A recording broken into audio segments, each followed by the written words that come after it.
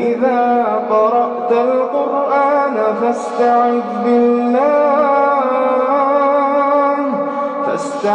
بالله من الشيطان الرجيم. إنه ليس له سلطان على الذين آمنوا وعلى ربهم يتوكلون. إنما سلطانه على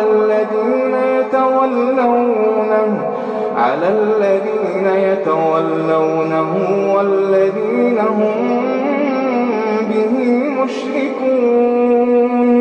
وإذا بدلنا آية مكان آية والله أعلم بما ينزل